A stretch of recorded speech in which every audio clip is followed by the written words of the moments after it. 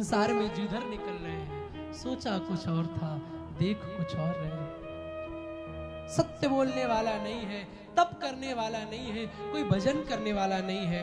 और इतना देखते देखते वृंदावन में पहुंच गए, जहां पर देखा एक स्त्री लेटी हुई है, उसके पास में दो बुजुर्ग व्यक्ति लेटे हुए हैं। वो एक स्त्री युवान है और वो बुजुर्ग लेटे हुए हैं।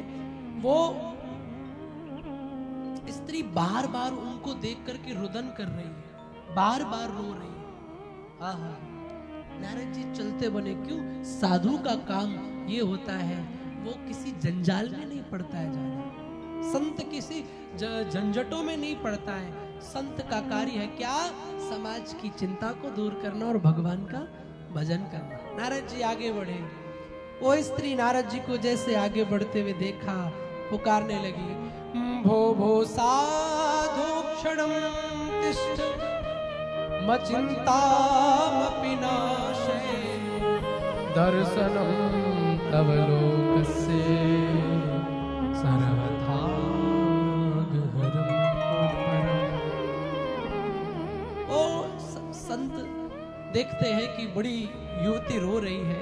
कारण पूछा तो कहा ये मेरे बेटे हैं जो बुजुर्ग हैं।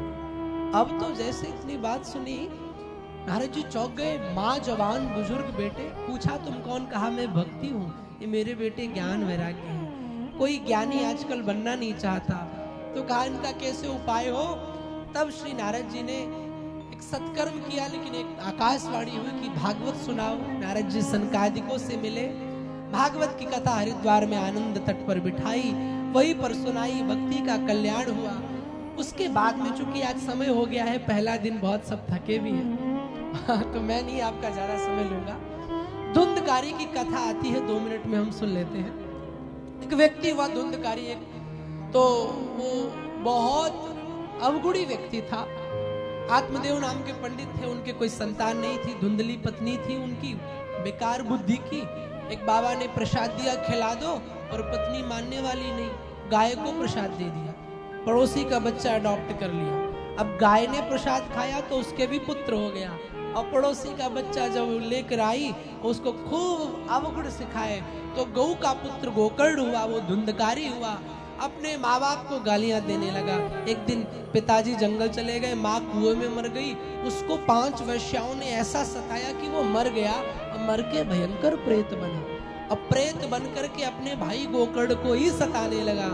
फिर श्री गोकर्ण जी ने सूर्य देव की आज्ञा से, गायत्री की आज्ञा से उनको भागवत कथा सुनाई। एक बांस में, सप्त ग्रंथ के बांस में स्थान दिया। वो कथा सुन करके परीक्षा धुंधकारी की मुक्ति हुई। और उसी कथा को जब सबने सुना, मुक्ति हुई धुंधकारी की, तो सबने प्रश्न कर दिया कि भाई कैसी कथा है कि एक का कल्याण हुआ। फिर दोबारा सुनी सबने, फिर सबका कल्याण हुआ। ऐसे भागवत का महात्म की कथा। और कल बहुत प्यारी प्यारी कथाएं हैं। कल सभी लोग अपने अपने पड़ोसी लेके आएंगे।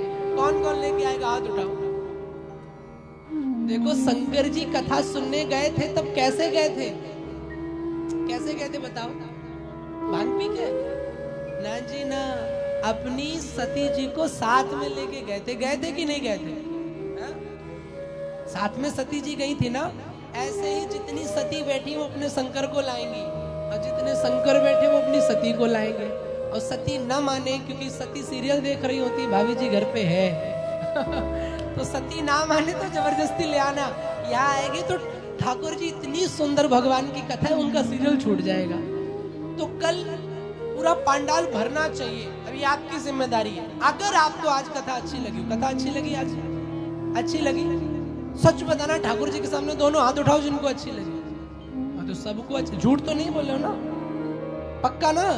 तो अच्छी लगी इसका मतलब कल आप लोग पड़ोसियों को लेके आएंगे, और जिनके पड़ोसी आए वो उनके पड़ोसी लेके आए। हाँ, कभी तो बोल दिए मेरा तो आया है